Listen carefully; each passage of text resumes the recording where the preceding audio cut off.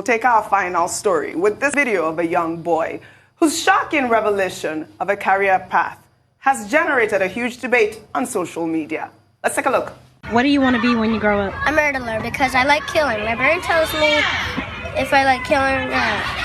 I like killing because when I first watched my grown-up killing show, myself started to like killing, and then my brain started to like tell me what to do with killing in it. So I like murders and I like killing in my life. I'm gonna kill everybody in the world except for my family because they just didn't do anything to me. I just like killing. So just any type of person, it doesn't matter?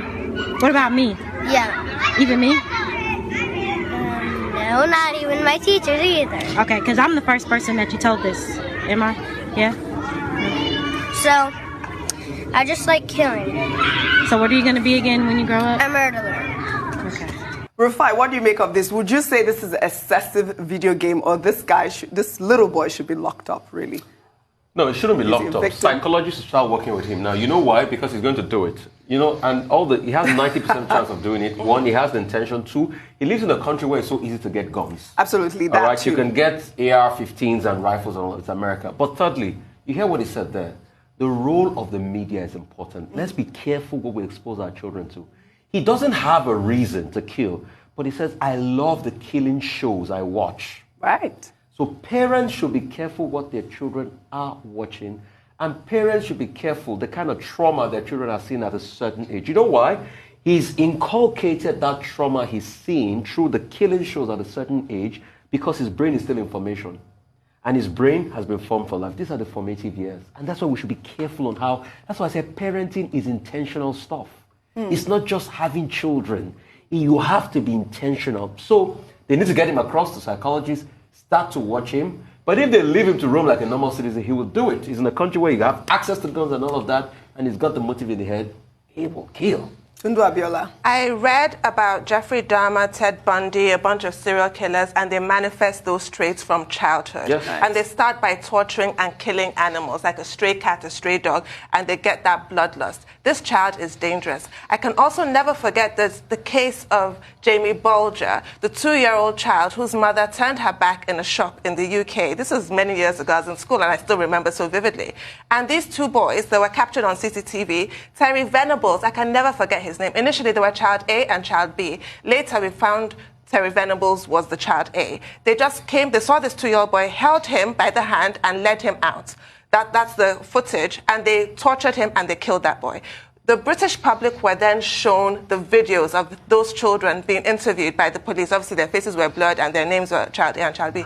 And they were saying they had watched a movie called Child's Play, Chucky. I remember Chucky. Yes, and that is why they decided to kill that boy. Yeah. And one of the children was crying. But Terry Venables was completely happy, very calm, and said, yes, I killed him, and zero remorse. So there's also something in their brain, in the makeup of their brain. Psychopaths lack empathy. They cannot feel compassion for other human beings. This is a very chilling video. This boy is dangerous. Dr. Abati. Okay, what we're dealing with here is that at one level, we have an idealized vision of youth, of children.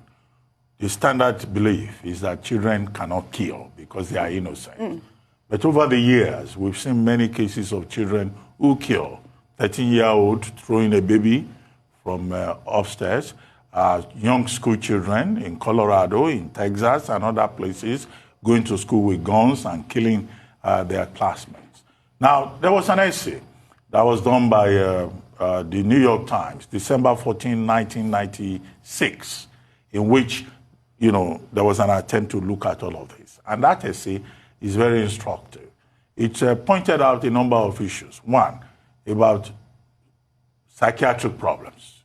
It was proven based on essays in the Journal of the American Medical Association that even young persons can be psychopaths and that they will reproduce those patterns as they grow older. Two, parenting was also pointed out that some of these children who become psychopaths and murderers and promoters of homicide later, some of them come from homes where there is a lot of domestic violence. Yes.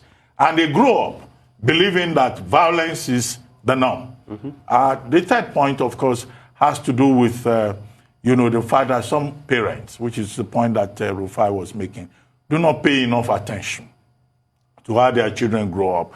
They just abandon them, and these children are nurtured, by other forces within the environment, particularly now that there's a lot of violence in, popular culture. Right. So these are some of the problems. The concept is that of the battering child, the child, who just grows up and he wants to kill. And it's unfortunate that we have this demonstration of a child saying he would love to kill. But he made an exception. He says, except members of his family. Yes. But who knows whether his psychosis will not grow to a level where even members of his family will not be helped. So I think that, he needs help.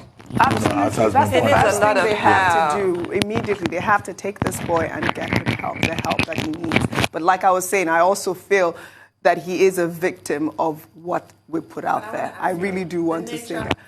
Yes, that too is another very strong argument. Well, that's all I have for you on What's Trending today. I will see you all next week.